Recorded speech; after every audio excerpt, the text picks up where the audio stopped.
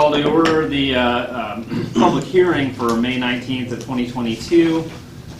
I'm going to assume there's nobody here to speak about, to make public comments prior to the second reading of 22-005, amending ordinance 17-005 for the town of Kingston Springs hotel motel tax, because unless they're invisible, they're not here.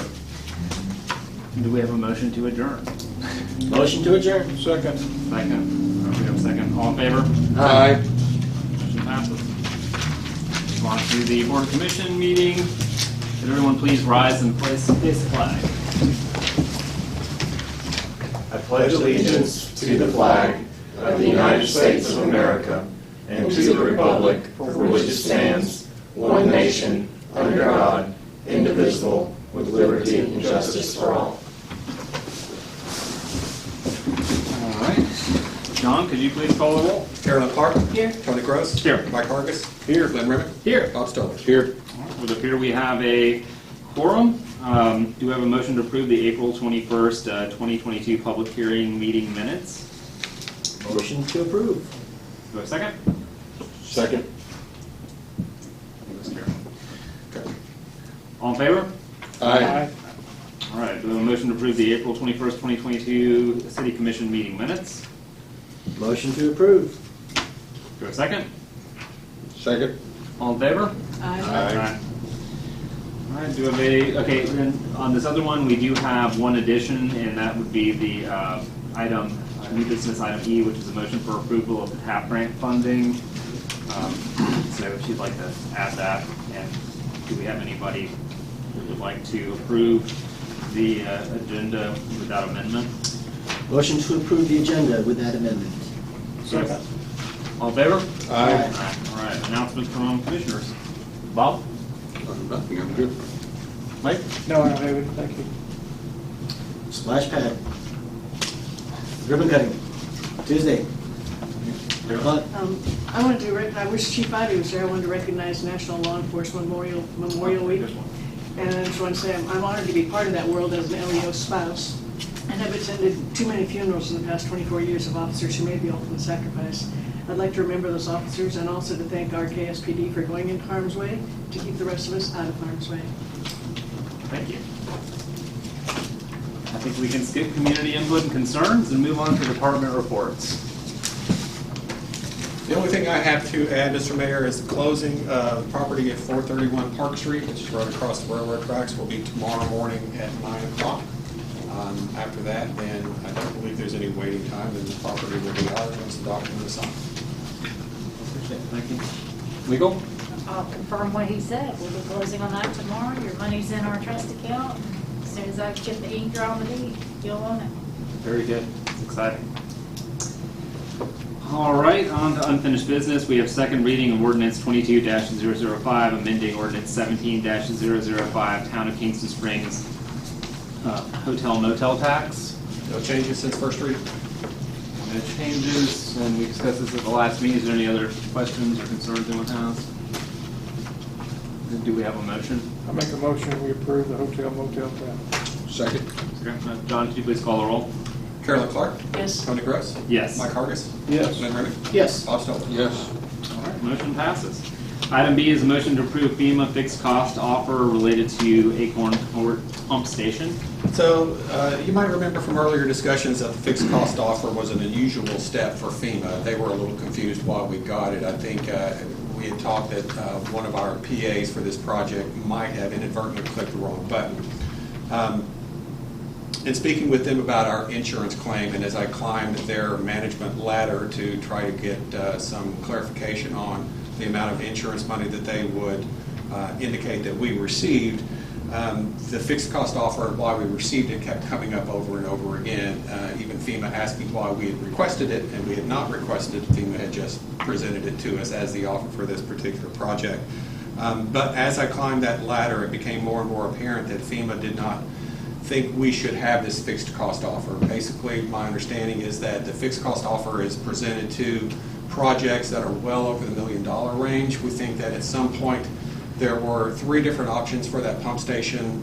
One was moving it to property that the town owns on Harpeth View Trail. Farther up, there was a lot of infrastructure involved in that.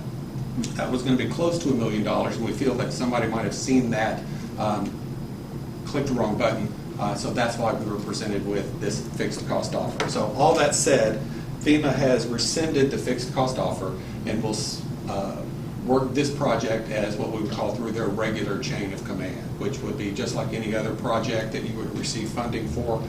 As the project is completed, as invoices are submitted to FEMA, then we'll get payment for those invoices. So basically, option B that was in your packet, there was option A for accepting the fixed cost offer, option B for denying it. Fixed cost offer is now off the table, so it is option B. One positive, actually two positives. One is with working it as a standard project, it's going to be, the funding we receive will be closer to the actual project cost, which will be a good thing. And two, my biggest concern of option B, which is their standard process, was that this project needs to be completed to be the trigger for all other projects, then to be closed, and for us to receive funding for all these other smaller projects that have been completed that we're waiting on FEMA to reimburse us for. They guarantee me that now is not going to be the Sewer case. projects, John? All the sewer projects? No, there's actually two. There's the biggest one, of course, is this sewer project, but there are a lot, everything else involves the town of Kingston Springs, primarily projects at the park. So we had an irrigation pump that was about $10,000. We had sundry items, trash cans, benches, that kind of So stuff. damage that FEMA would pay for the park? Yes, From the flood. exactly. And we feared that since this pump station project, it could be 6-8 months before this pump station is really installed and up and running. So we feared that all of these other projects would just sort of sit and wait until this last project was completed before FEMA addressed refunding us or funding us any dollar amounts for those.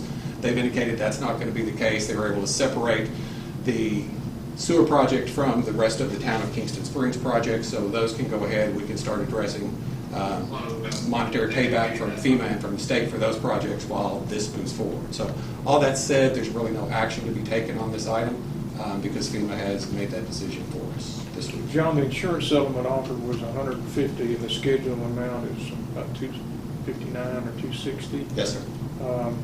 I know last time we talked about this, you said that you had an engineer or they had an engineer, they were going to hire an outside engineer to come in and take a look at it. Yeah, so Still, that, 150 is the best they could do, and they got it scheduled for 260. yes, sir. 150 was the best thing. How do they get that? It was their engineer, and their engineer actually came back more like 110, 115, something like that. So our engineer came back much higher than that. We did have the option of hiring a third-party engineer then to kind of address it. We were trying to get this closed because we needed some information to FEMA so we could process and move forward with their claim. They came back at 150 and said that was their best and final. So that's where we landed. Other than taking them to court, that was our last recourse. So we didn't actually hire a third We did not. engineer. We did not. But what you're saying to us is that even though we're getting shorted by $100,000 on a scheduled property,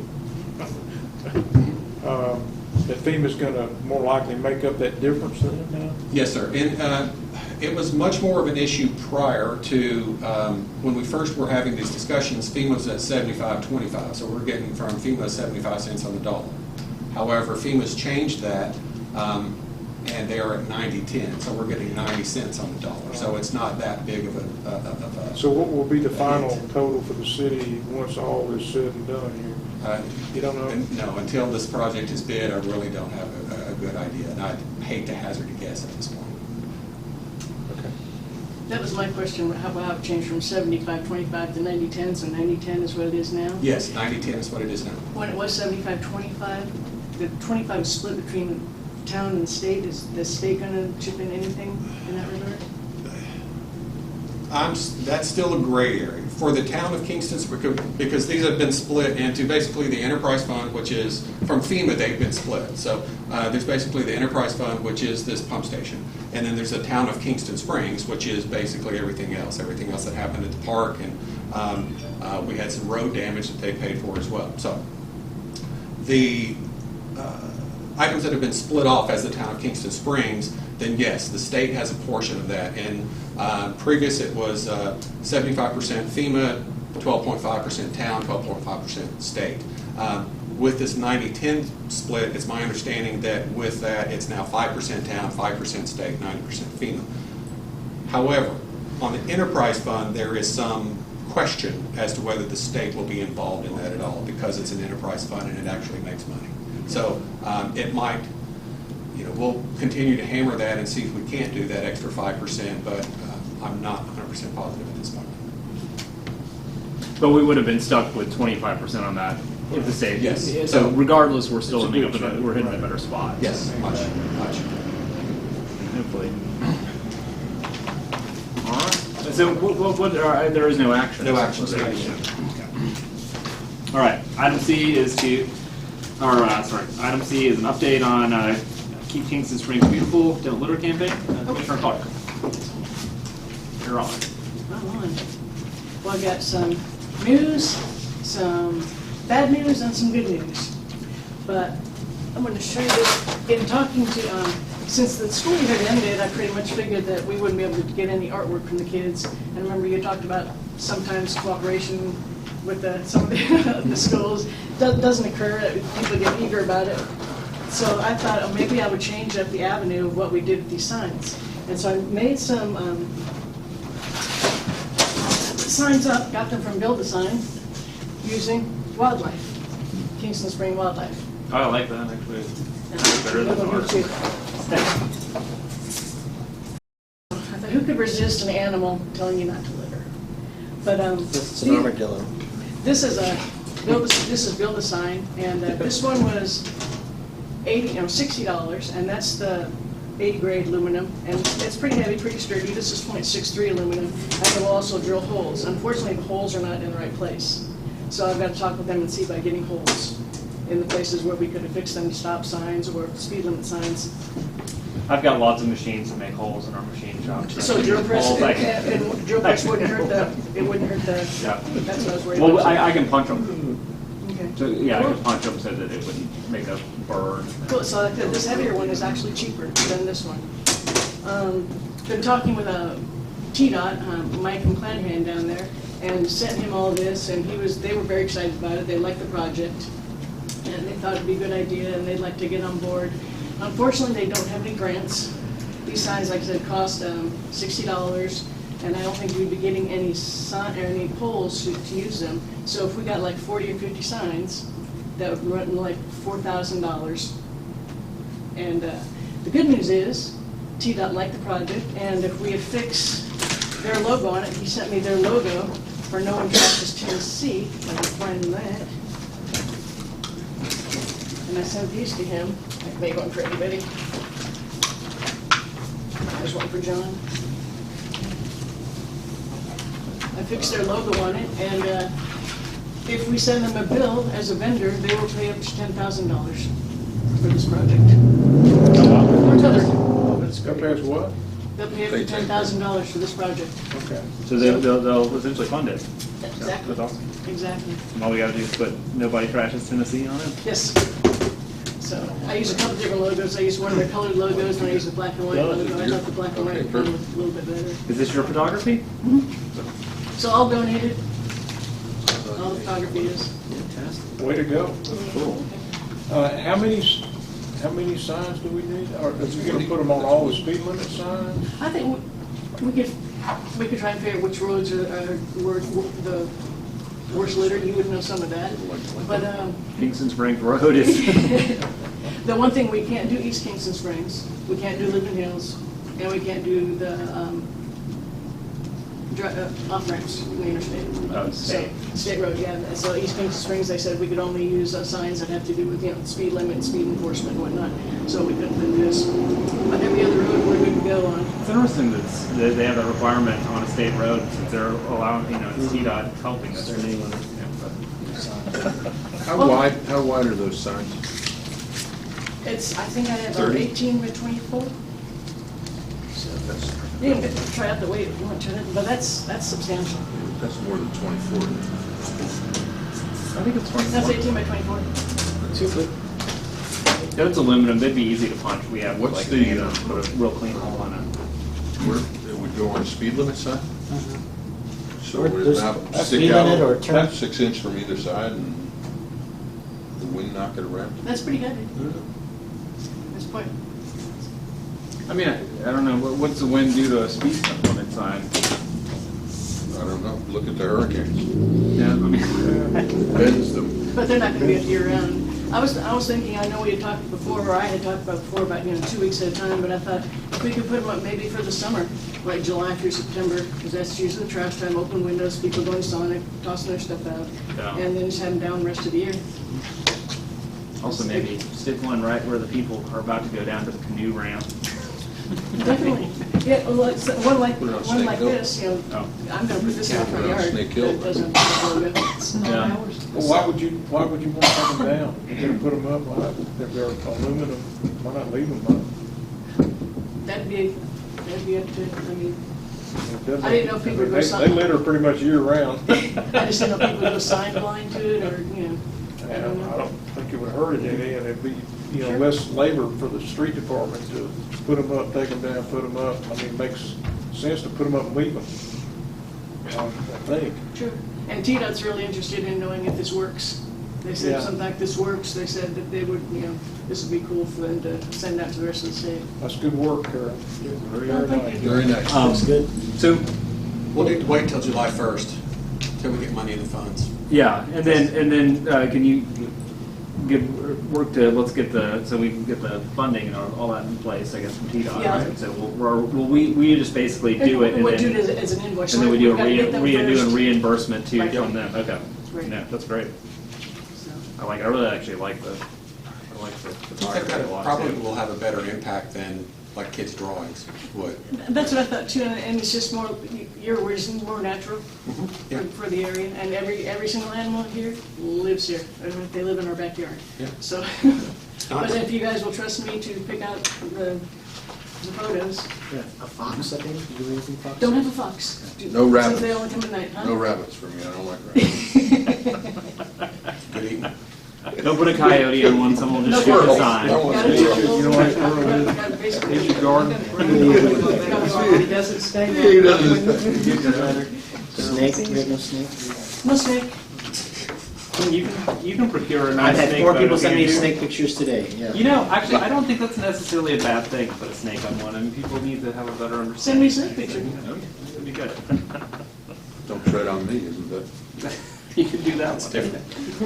Excellent. Don't litter on me. All right. Yes, That's you. That'll work.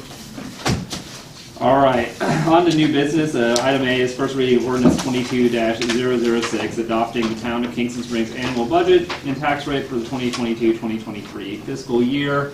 I think we'll probably have a little bit of discussion here before we proceed. Everyone has gotten the new budget from right after our budget workshop and everything like that with the changes we discussed during the budget workshop, and that's what we have in front of us tonight. But that said, what do we? So, can I discuss? Yes, go. So on capital projects, I wonder if it wouldn't be better to take out the $80,000 for the stage for the park and put it in as an amendment if we get the grant for it. Do it that way. Yeah, I'm fine with that. We did need to, we gave the state certain assurances that if we did receive the grant, that we would pay for the additional costs of the state, but we could Right. always do that with a budget amendment. We'll know somewhere first 2 weeks of June whether we received that grant or not. Okay. That makes sense. I think it actually would make sense to maybe not have that in here right So now, visible. since it's like Yeah, 80 grand. it's funding we're not sure about at this point. So. A couple other questions. Under the Section 4 capital, it shows the pending capital project total expense, $1 million for the Safe Routes to School project, and then the multimodal is already underway. That's 334 is what we borrowed for that, correct? It's under Section 4, excuse me. So my question is, how much of that, I mean, I know we're not very far in that project yet, but have we been submitting invoices and being reimbursed by the state on the multimodal? Yes. We haven't even started the other one yet. We've just borrowed the money to fund it and then be reimbursed by the state, correct? Yes, correct. Okay, so those two are in that capital note total debt, correct? Yes. Okay. Now, help me with the sewer fund calculations, if you would, under that section. So, I thought last time we talked, it shows actual 21, we made about 15,000, 25,000 scheduled for fiscal year 22, and then a negative 14,000 is projected in operating expense even after the increase of the sewer fund by 13%, right? 10%. 7%? 10. 10, okay, all right. Well, I was on either side of it. 10%. So it goes from revenue 422 to 465, and yet we still end up in the hole. Why the big increase in, got a good size increase in the funding, but we still end up in the black there? I thought you told us at the last meeting that you looked at that budget and it turns out we would be making money in that year, a small amount, but it's not reflected on here. Yes, and I was looking at that operating income where it says operating income / loss, 4,613. Where are you talking about now? If you're looking at the sewer fund. I'm looking at the sewer fund, right. So Actual, it's about estimated. the third Right where your right thumb is. bold number down. Okay, operating income or loss, that one? That's the one you were talking about? Yes. Oh, so income or loss before capital contribution transferred, what does that mean? That would. That's not the same thing? Well, obviously it isn't, it's two different numbers. Well, okay, so that's just operating, so that just takes into account that first operating revenue and operating expenses, and then where you see the income loss, that was the number I was discussing, and then down here, you show the investment income and then the expense debt, and that's what puts you at the negative number. Well, the debt service actually, total non-operating revenue expense, 23,000 in the hole, 12,000, 19,000 in the hole. But what I'm trying to figure out is, how do we have profits in the fiscal year 21 and in 22, and then a loss of 14,000 under that when we don't show an operating loss? We're making money on expenses and revenue of $4,600, right? Then we get down there to this, income loss before capital contributions transfers, it shows a negative number. Where did that come from? You see what I'm asking? And then change in net position, I guess, is, it's 25,000 in the hole in the next year, correct? Okay. But the ending net position is still $3 million all across the board, plus, correct? Yes. Okay, so my question is, how do we get from operating profit of 4,600 down to a loss before capital contribution transfer of 14,000? Where'd that money go? So it goes to your interest expense and then your payment in lieu of taxes. So underneath the 4613, you see the interest income of $500. Then you see the debt service interest expense. Right, but it's less than fiscal year 22, and that next year we got more revenue. Now I know we have more expense too, about $70-something thousand, but the numbers don't appear just on the surface to make sense.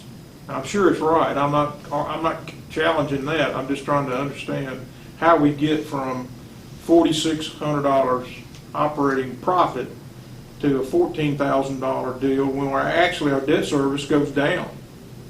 Goes from 22 to 19.9. And then non-operating revenue expenses, I don't know what that is, but that goes up. So when you combine the 1919, that's 36, that puts you, I still don't see where that gets us.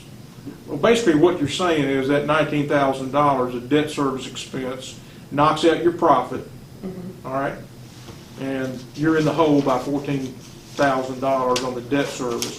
But why aren't we in the hole the year before, the 2 years before, if when we got, looks to me like bigger debt service to pay? 34 now, maybe not. 99 is 18, 38, that's 36, that's 47. You see what I'm saying? I mean, you just look across there at the raw numbers, it doesn't make logical sense as to why. Maybe it's just because we're so thin on the operating profit that the debt service sinks us. That's the obvious thing. But why didn't it do that the years before that? Maybe it's just a little bit bigger profit. Huh? Well, it's an increase in your operating expenses too. I mean, you go from, in 21 it was 373, 22 we're looking at 401, now we're going up to 471. And that's just increase in fuel and increase in everything. And everything that's operating from the sewer. And they're all self-enclosed anyhow, right? One thing that we were looking at with sewer this year just recently was the electric cost has went up significantly, and you'll see that in those reports. Right. And a lot of that has to do with that pump station that's down. We have a bypass pump on it right now. That's running more juice. And that it's just running. All that makes sense. I'm just saying, as I looked across that page, it didn't make sense to me without understanding why the jump in operating expense. Now that makes perfect sense once you explain that. And I believe it was about 20,000 more in electricity, John, is that correct? This year than we anticipated. I'm throwing a number off the top of my I thought head. it was like 50 or something, something exorbitant. Remember, It was a really, Well, we talked about some $2,000 additional a month, expense I at the think. park by installing electric. Is that what you mean, or are you just talking about regular electric You just talking about bills? Everything. the service cost. I mean, Yeah, we're looking at $2,500 a month to run that electric generator, bypass generator. Now, maybe my memory fails me, but didn't we talk about the fact that we were going to transfer $1 million out of the sewer fund into their operating budget? What were we going to do that for? And is that'll be more for capital projects, like doing some of the, and that's not really reflected in this part because that's not how the comptroller's office requires the sewer fund to be done. But we have several capital projects in the sewer budget. I would have to pull the line item budget to look at that. You might have that over there, but Well, $1 million is a big chunk. Does that include the pump station? yes, Okay, it does include that. yes. So that's about half of it, ballpark. John doesn't know the number yet, but it's going to be 500,000-600,000. Yeah, at least. It's going to be about that. So And we that have the accounts gym. for half the draw, but what about the other 400,000? We had Where are we doing with that? GIS. yeah, it's all the mapping and Mapping. scoping and everything we talked about. Oh, okay, so that's the exploration of mapping it and trying to figure out where the I&I is? Is that what those funds are for? Okay, so how bad does that hit us if we take $1 million out? We're going to get about 600,000 of it, minus 10%, from insurance, combination, and FEMA. So that's Yes, going and to go that back number- in there. That goes back in, right? Yes, and that's not reflected in the budget because I don't know those numbers Yeah, yet. I understand that. I'm just trying to understand in my head, we're moving $1 million, what do we get back? We're gonna get back most of the 600. So 10% of 660 grand, we're gonna get back 540,000 if 600 were the number. All right? There's another 400,000. That's for the I&I study and the mapping and figuring out where to start on repairing the the system. Yes, and we Correct. have ARP money, which was the American Rescue Plan Act money. Okay. We actually have $404,000 that's sitting in an account. That we can use for that? Yes. Okay. Um, So the net effect of this is you moved $1 million and you're gonna turn around and move all of it back in there, pretty much. That's Is kind of that the plan. about a wash? I mean, ballpark wash. Eventually, yes. Okay, that's what I'm trying to, it just didn't click for me, what are we moving $1 million for, and how much of that million do we get back? Sounds like we can get back most of it, eventually. Okay. Eventually. And the rescue plan money will come up again next year because it's split in two. So this year, Yeah, we yeah. can spend half of it. And we're applying for, hopefully, The going state. to be applying for some more grants that come down with the American Rescue Plan Act. I went to a grant workshop on it not that long ago, and Okay. I think we're eligible for another $700,000, I believe is what it was, that would pay for some of the GIS mapping and some of the I&I Is issues. that state funds then? So that's the state's portion of the American Rescue Plan and that's So what federally, they gave it to the okay. state, then the state Is allocated it, allocating it. Yeah. Okay, I got you. and we just have to apply. Then I'm good. I just wanted to know, moving that around, are we gonna get that money back into the sewer fund at the end of all the arguing? Yes, that's the plan. Okay, good. Question on that, in that same area, under other income, what was that big 96, 91 income, other income in '22? No other year has any of it. Not sure, hold on, let me look up on your budget.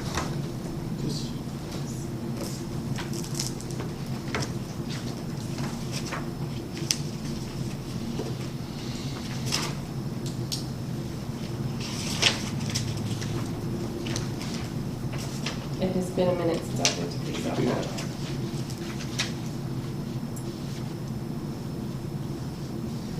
Because that kept us afloat, huh? That sure helped.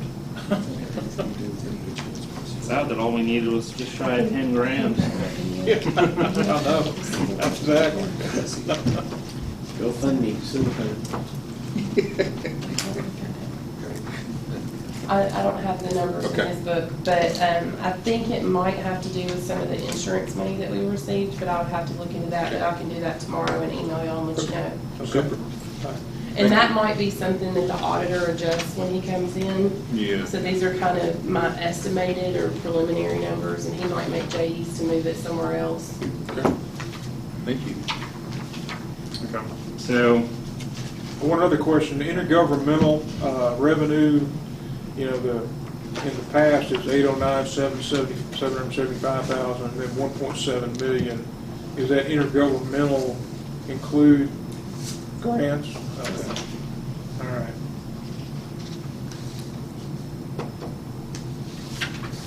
okay, are there any other questions, comments, concerns as we move forward on first reading?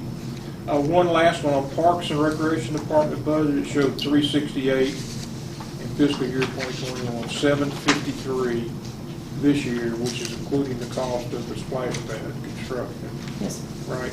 Then it goes to 484 next year. So is there, why that big a jump? That's a $100,000 jump over the budget in 21. We all have that 8,000 stage in there as well that we're So taking we're out. moving that, so it's really You 400. take that out, that's 80 of it, okay. Mhm. All right, that makes Um, sense. And then we did add a few parks projects like Right, the swings. benches, yeah, and the swings, okay, I'm cool. And I do have all of those capital projects listed under Yeah, section 4. I did see that, yeah. And on the capital projects, before we proceed, is everyone still good on where we were on those, or has anyone? I'm just asking, since we're here. Everybody's in a comfortable place. Okay. So do we have a motion, and I believe we maybe are looking for a motion with an amendment to move forward here? Motion to move forward on first reading ordinance 22-006, making an amendment to reduce the capital expense by $80,000 for the stage. have a motion. Do we have a second? Second. All right, is there any other discussion? All right. Don, would you please call the roll? Carolyn Clark, Yes. Tony Gross, Yes. Mike Hargis, Yes. Lynn Ritter, Yes. Scott Stoll. Yes. Motion passes on first reading. Item B is discussion to approve expenditure of funds for purchase of property at 431 Park Street, Kingston Springs, Tennessee. This item is primarily information for the board and to answer any questions that you might have. But we discussed this project and its cost with the comptroller's office as well as our auditor, and it was determined that although the funding for this specific expense has been approved, the funding was not specifically mentioned in our current budget. Because the town does not have a need to increase the total bottom line of the current 21-22 budget to accommodate for the funding of this project, then a budget amendment is not going to be required according to the comptroller and to our auditor. Because different grant projects have been approved for expense, but have not been, the money's not been spent, we will be able to pull funds out of those accounts that would then basically cover this in the bottom line, so basically moving from column A to column B. As I mentioned before, the closing is going to be tomorrow at 9 a.m. $250,000 was approved for this purchase. The final closing cost of this project will be $241,725.50. So this is informational only, and to answer any questions. Does anyone have any questions regarding the purchase of the property, other than we're all excited? We're all excited. Everyone on this end of the, good? All right, discussion on departmental expenditure requests, procedures, and large-scale equipment and vehicle inventory listing. Commissioner Clark. We had talked about this, I think, last June. It was on the agenda, but we didn't really go into depth with it. And just in looking at, these proposed capital projects that we came up with, it would just do me good. I don't know about anybody else. Just to know what we have. Well, no, that's the inventory list, and John said we had that, but no, as far as turning something in, just instead of everything just being verbal, we want new deck and flooring. I'd like to see what the costs are. I'd like it, to be laid out and just have more, something paper that can be historical, something paper that we can have, something paper that I can look at and study. Just removal and replacement of the flooring again. The front end loader, all this is verbal, and I would like to see more paper for historical purposes, and especially like the front end loader, I'd like to see it turned in with something that, okay, what's the lifespan of it? How long is it going to last? What's the reason for getting it? And just something more, I guess, more best practices of having something not just be a verbal request. And I know a lot of times, I think I'd put this on the agenda last May and never turned in the request for it. But like with the Swiftwater boats, when Chief Ivy came with that was all verbal. And I had questions about what about all the ancillary costs? Ancillary costs for the training, ancillary costs for the people getting trained, ancillary costs for the life vests and all the equipment they're going to use, and ancillary costs for where it was going to be stored. And now this year, we come up with a building. And I just think that would have been good to know that might be coming up, instead of just everything being verbal and coming in and saying, we need this, we need that. And same with, I don't mean to pick on police, but the dog that we approved last week, that's very good. And I think you requested, Mr. Mayor, what the costs were, and it was like, well, it's not that much. Yeah. And I think, for me, I want to know how much, not just it's not that much. And I think it's I have a lot of dogs, and I know they're not cheap.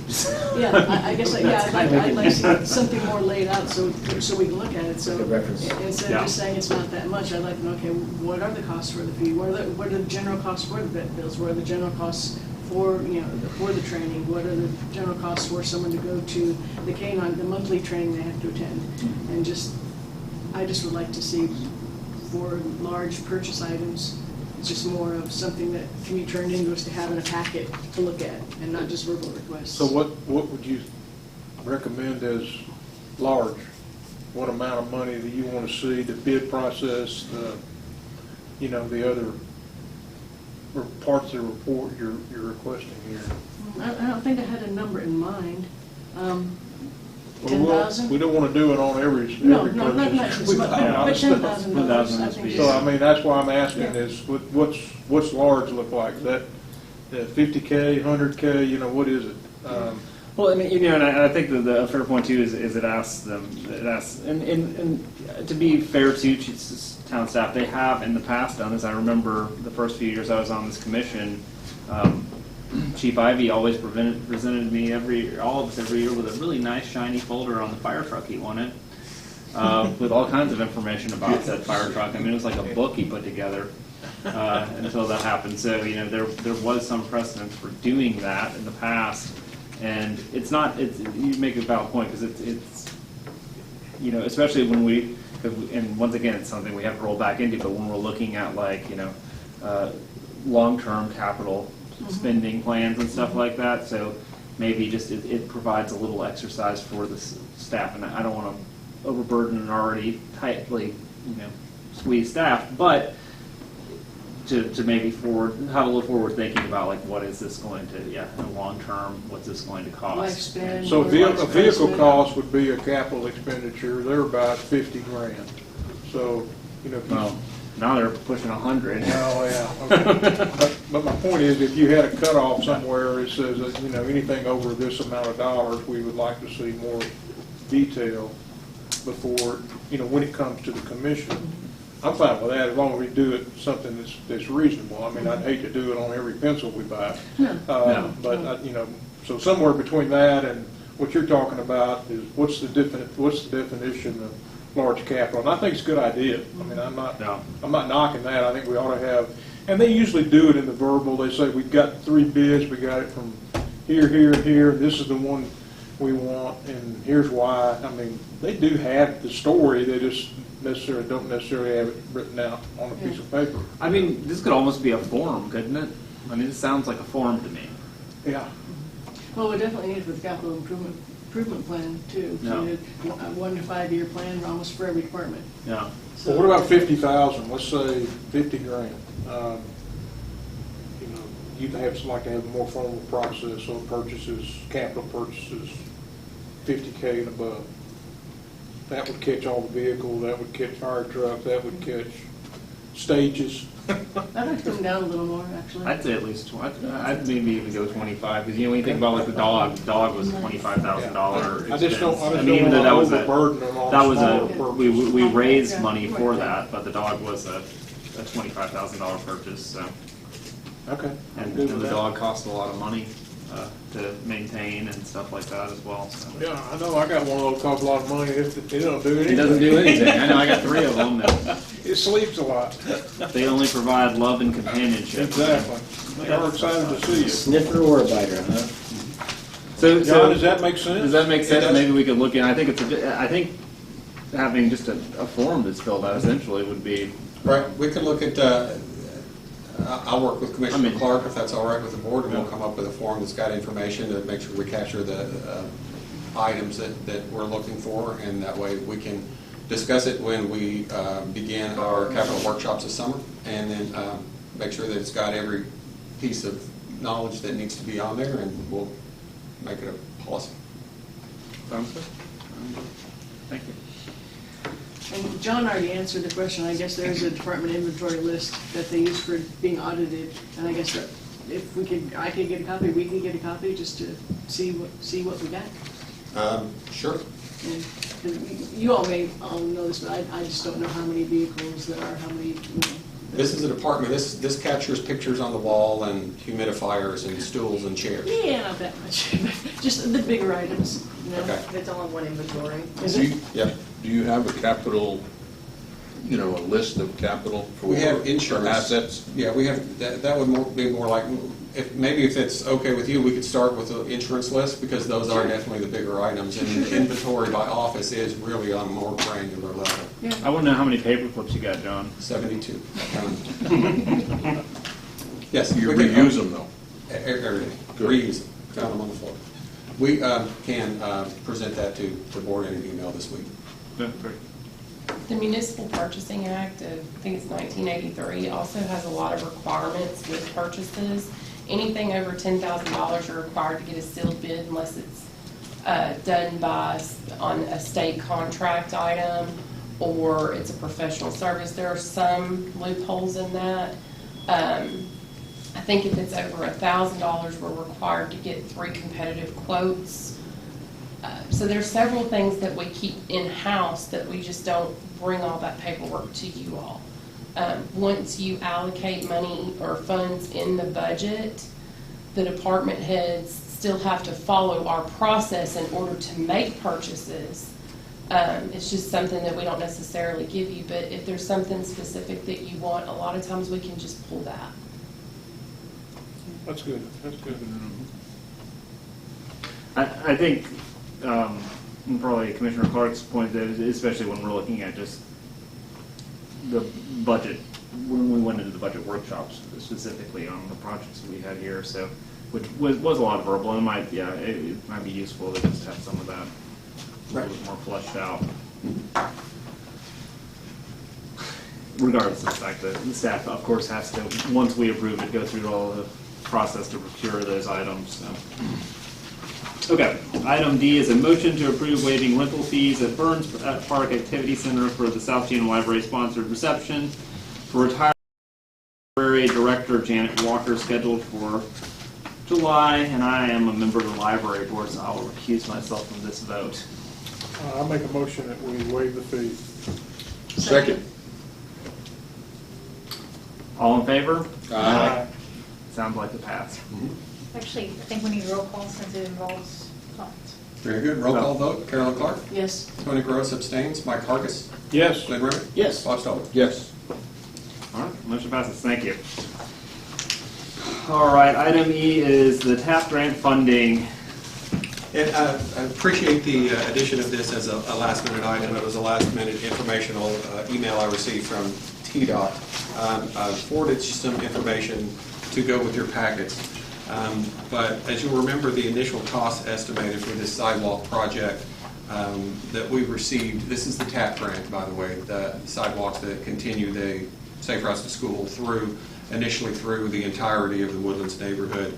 But the initial engineering cost prediction far exceeded the awarded amount, like almost double the awarded amount of this project. So at the March 19th meeting last year, we voted to reduce the scope of the project to better align the project with the available funding from TDOT. The reduction of scope was approved by TDOT, and in a nice gesture by them, they did not reduce the amount of the funding for that project. So that worked out well. At this time, and it's part of this information, in the body of the email I gave you the wrong number, but in the documentation that I sent it had the correct number. The town cost looks to be around $342,000, more or less. TDOT's now ready to give the notice to proceed to construction, and they're going to allocate those construction funds. For them to do that, they will need our approval for them to add a local line to the project before they can move forward. Basically, before they can move forward with allocating those construction funds, they need assurances from the town that we will pay the remainder of the project costs. Their current estimate for the town cost in this line item would be $211,931.75, but again, this is just an estimate because these have not gone out to bid yet. If approved, then TDOT will issue a notice to proceed with construction. Bids will be received. We'll then know the actual cost for the project so we can have some firm numbers in place. Although construction funds for the projects will not be spent in this fiscal year, funds for the TAP grant are included in the current budget, so a budget amendment related to this agenda item will not be necessary because the funds are there should any of this be expended in this budget year, but it will not be, I can tell you that. So, John, just for clarity, TAP grant is that different than Safe Routes to School, or that is Yes. safer? It's different? Yeah, that's a yes and no question. Okay. Let me go back. So we'll start with Safe Routes to School. Safe Routes to School, which is a sidewalk from Parker View Trail around to Cedar Court, about halfway around the neighborhood. Right. started as a federal grant, 100% federal grant. During the term that it has come to the initial initiation of the grant to the construction, the federal funds that were allocated for this grant were not enough to make this project possible. So TDOT, we were able to persuade them to give us some more money for this project. That extra pot of money they gave us is what they call TAP grant money, because it's an 80-20 split. So that's why it's a yes or no question. A good chunk of the Safe Routes to School grant is 100% and paid. However, the overages that resulted in this long period of getting everything ready and for shovels going to the ground is 80-20 split with TDOT. Now, the actual TAP grant, which is a sole pure TAP grant, Transportation Alternative Program grant, which goes from Cedar Court now up to Woodlands Drive, back down Woodlands Drive to East Kingston So it Spring completes Road. the loop, basically. Yes, to make the loop. That is a TAP grant, and the way that was structured, we paid Kimley Horn, who is the engineer company on that project, we paid them 100% up to construction, and we're about 97% of paying that all off. It was $110,000, I do believe. That was pre-construction. We were on the hook 100% for that, and most of that's already been paid. From construction forward, that's where the TAP grant kicks in, and it's an 80-20 split. So the town's portion moving forward with this will be 20% of what's now estimated at about a $650,000, $660,000 project. Did the state Safe Routes to Schools issue get resolved, or is that still ongoing? It is still ongoing. It is getting closer to being resolved. To kind of recap that discussion, the contractor for the project pushed back against the engineering of the project, saying they couldn't do the project the way it was engineered. The engineer has now given the contractor feedback on basically answering. They had a 12, the contractor had a 12-point list of items. The engineer has responded with their comments on those 12 points. Today, the contractor responded back to the engineer with their comments on their comments. And a lot of those things, of those 12, I would say 8 are now resolved. There are probably, say, 4 outstanding. I requested from the engineer to give the town an official letter of recommendation on the best steps moving forward in their eyes. So hopefully within the next week, I will have some information for you, and at least the discrepancies between the engineer and the contractor will be resolved. How that is going to fit into additional costs for the town, I do not know yet. And I will let you know. So in this, Does one have to start before the other, or does that not make a difference? it doesn't really make a difference. I have alerted, and TDOT, the people that are working on this TAP grant, and the people that, at TDOT, that are working on this TAP grant, and the people that are working on our Safe Routes to School grant are very familiar, the people with the TAP grant are very familiar with the issues happening with Safe Routes to School. As is the engineering firm, Kimley Horn, on the TAP grant, they're familiar with what's going on with Safe Routes to School. They can, it looks like it might actually work out well that these projects will work concurrently, instead of one working, finishing, and then starting the other. It'll all be over with at the same time. So that's a positive if you want to look at the rainbow side of it. But yes, so we're still waiting. When I see it. Yes, tap grant's gonna finish first.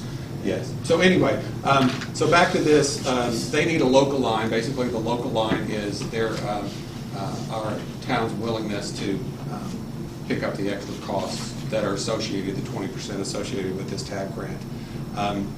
Also of note, from that email, you notice that it seems like TDOT is willing to dip further into their bucket and find us some additional TAP funds that would help us with the overage of this cost. Of course, this is all just an email right now, but it seems like I get the impression that TDOT wants both of these projects to be completed.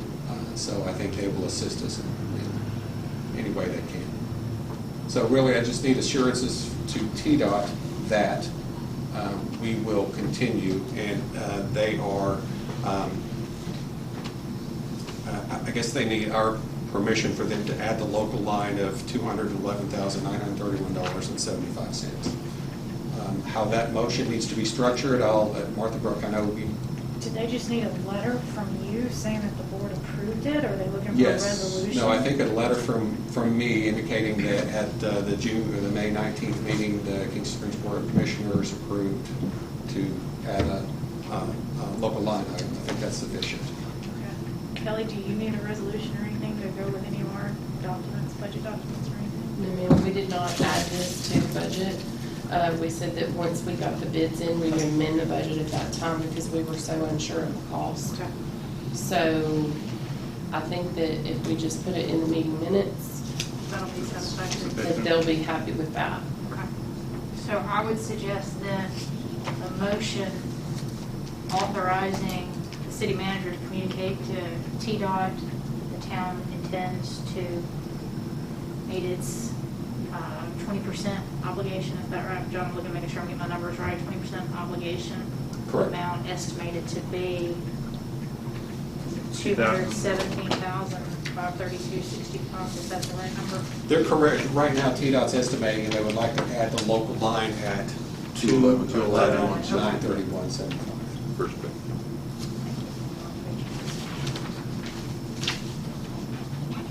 And that number's at the Authorizing bottom right. TDOT to add that local line currently at 211,931.75. Okay, do we have a motion? So moved. Second. All right, is there any further discussion? Do we need a roll call? Yes. Carolyn Clark? Yes. Tony Gross? Yes. Mike Hargis? Yes. Lynn Renner? Yes. Bob Stoll? Yes. All right, motion passes. We have no surplus items. Is there any other discussion? I would like to remind the board, I think I've alerted you already, that I will not be at the June meeting. I'll be out of town, not being appointed. Rest and relaxation? Yes. Good. Splash pad dedication ceremony says 5:30. It is 5, It thank is you very actually much. 5. That it was miscommunication on my end, it was 5 o'clock. Well, that's good. It gives me time to put the running shorts on and meet all the guys for our regular Tuesday runs. Okay. Do the splash Couple pad. things. I just want, Jamie, I don't know if you changed up the minutes, last month's minutes, they're more succinct. They're really good. I like them a lot. Instead of just being kind of everything and everything.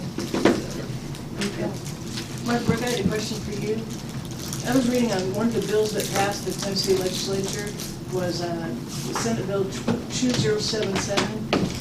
And the bill specifically prohibits actions by local governments that would involve de facto banning of energy infrastructure, industrial projects, and related transportation infrastructure such as natural gas pipelines. The bill would also bar municipalities from imposing moratoriums on siting, expansion, or maintenance of energy transportation infrastructure.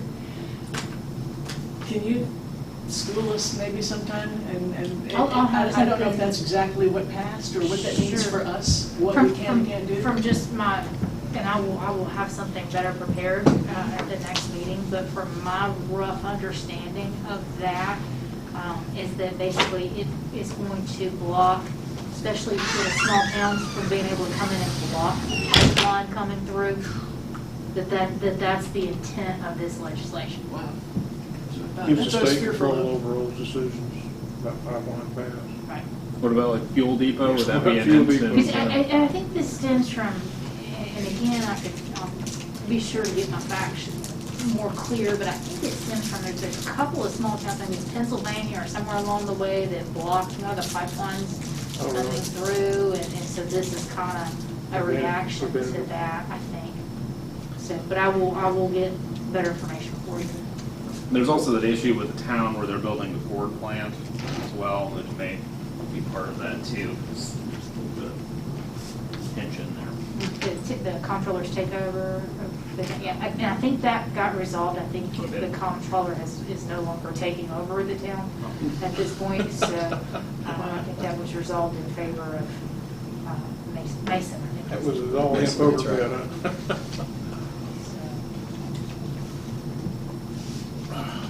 Anything else? retirement party for the beloved Debbie Finch at 2 p.m. on Sunday. I'm hoping to see all of you there for that. I can make it. Splash pad dedication. Hopefully I'll see you all there for that. Farmers market, May 28th in the new spot, which is going to be excellent. And City Hall's closed for Memorial Day. Fishing rodeo June 11th, but I won't be able to make this year. Where's the new farmer's market? Right across the street in the soon-to-be acquired new parcel of land. Okay, all The right. depot, what were we gonna call it? Depot? That's what I've been calling with the depot property. The depot. Yeah. Depot, okay. At the depot. At the depot, that's right. Farmers market at the depot. Need like new it. signs. Yeah. All right. Do we have a motion to adjourn? Motion to adjourn. Second. Second. All in favor? Aye. All right.